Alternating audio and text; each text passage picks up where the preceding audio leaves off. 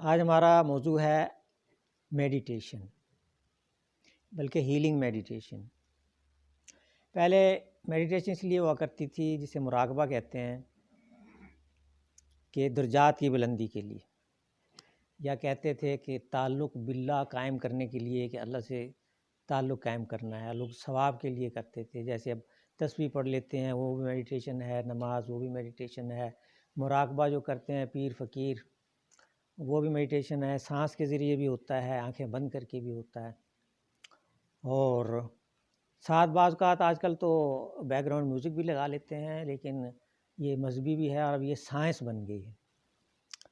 آج کل کہتے ہیں کہ what are the applications of meditation, کہ اس میڈیٹیشن کو استعمال کہاں کریں اپنے فائدے کے لیے، دوسروں کے فائدے کے لیے، کون کون سے شعبے میں، زندگی کے تقریباً تمام شعبوں میں۔ اگر آپ نے کوئی تعلیم حاصل کرنی ہے تب بھی، یعنی ایجوکیشن سے لے کر بزنس ہے اس کے لیے بھی ہے، ملازمت وغیرہ اس کے لیے، پراسپیرٹی کے لیے بھی ہے، اس کے علاوہ ریلیشن شپ کو بہتر کرنے کے لیے بھی ہے، اور ہیلنگ کے لیے بھی ہے۔ ہیلنگ اور ٹریٹمنٹ میں تھوڑا سا فرق ہے۔ ہیلنگ کا تعلق یہ ہے کہ آپ کو ضروری نہیں ہے کہ دوا کے ذریعے علاج کیا جائے، اور یہ بھی ضروری نہیں کہ اس سے کیور ہو، لیکن ہیلنگ سے مراد یہ ہے کہ آپ میں جو کوئی منفی توانائیاں ان کو دور کر کے اور مثبت توانائیاں ڈال دی جائیں تاکہ آپ کی زندگی بہتر ہو۔ پہلے ہم نے ایک دفعہ بیان کی تھی کہ WHO کی کیا ڈیفینیشن ہے ہیلتھ کی، تو ہیلتھ میں نہ صرف فزیکل اور مینٹل بلکہ سوشل ہیلتھ بھی آ جاتی ہے، کہ جس میں اسپریچول بھی شامل ہے۔ تو آج ہم میڈیٹیشن کریں گے، ہیلنگ میڈیٹیشن، ساتھ ہی پریکٹیکلی، اور اس لیے میں چاہتا ہوں کہ گفتگو کم کی جائے اور میڈیٹیشن زیادہ کی جائے۔ میڈیٹیشن میں کیا ہوتا ہے کہ جس طرح آپ کے دل کا ECG ہوتا ہے تو اس میں ایک گراف آ رہا ہوتا ہے پر سیکنڈ، تو یہ EEG کیا جاتا ہے برین کا، تو اس میں بھی گراف آ رہا ہوتا ہے per second, 20 cycle per second عام طور پہ ہوتا ہے، جیسے اب ہم گفتگو کر رہے ہیں۔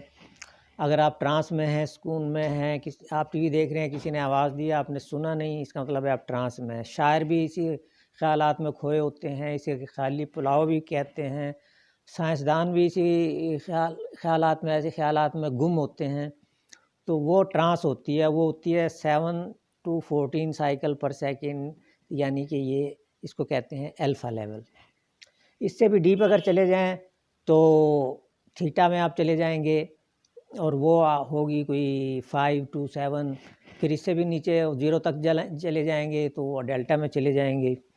تو ریکارڈ ہیلنگ کے لیے جو فریکوینسی ہے وہ 7 سے 14 سائیکل پر سیکنڈ ہے، جسے الفا کہتے ہیں، الفا لیول بھی کہتے ہیں، الفا زون بھی کہتے ہیں۔ ہپنوسس میں، ٹیلی پیتھی میں، میڈیٹیشن میں، ریکی میں، تو یہ جو سٹل تھیراپیز، سٹل جو آپ کی کنڈیشن ہوتی ہے اور آپ کے جو اسپریچول پاورز اس میں بڑھتی ہیں اور ہیلنگ بھی ہو رہی ہوتی ہے اس میں۔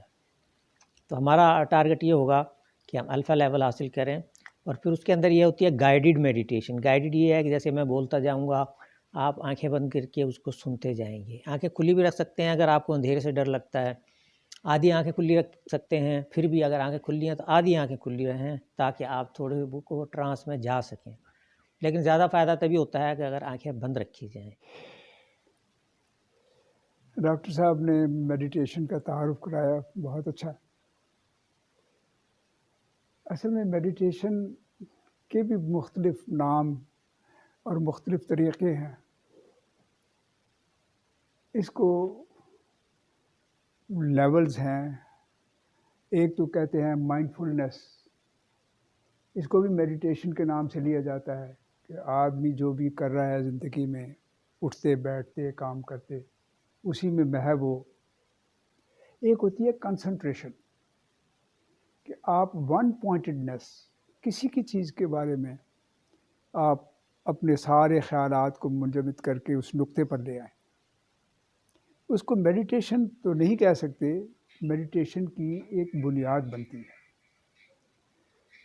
عام طور پہ یہ جو یوگی ہوتے ہیں وہ کنسنٹریشن پہ زور دیتے ہیں،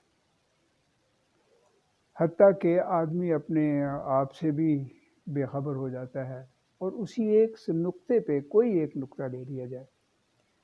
جیسے وہ کہتے ہیں کہ آپ پینسل کو تیز کرتے ہیں، وہ تراشتے ہیں تو اس کا پوائنٹ بن جاتا ہے تو اسے لکھ سکتے ہیں. اسی طرح کنسنٹریشن میں بھی وہ ایک پوائنٹ کرنا پڑتا ہے ذہن کو، تاکہ جو آپ اس کے بعد کرنا چاہتے ہیں وہ کر سکیں.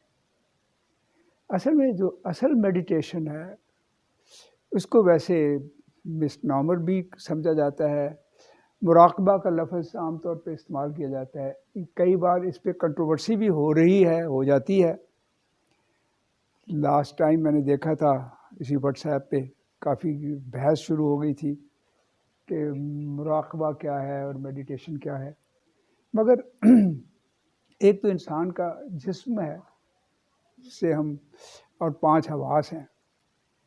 جب ان 5 حواس سے اٹھ کے ہم کسی اس لیول پہ پہنچ جاتے ہیں جس میں 5 حواس سے اگلے حواس، اس کا مطلب یہ ہے کہ جو ہمارا روح کا تعلق ہے، روح کے بارے میں تو کوئی کنٹروورسی ہے ہی نہیں کہ روح ہے. تو جس سے انسان اپنی روح سے تعلق جوڑ لیتا ہے اس کو آپ میڈیٹیشن کہہ لیں یا مراقبہ کہہ لیں. اصل مقصد تو وہ ہے کہ اپنی روح سے تعلق جوڑنا. اور جب بندہ اللہ سے تعلق بھی جوڑتا ہے تو وہ بھی اس روح کے حوالے سے جوڑتا ہے، صرف یہ مائنڈ فلنس سے یا کنسنٹریشن سے نہیں ہوتا.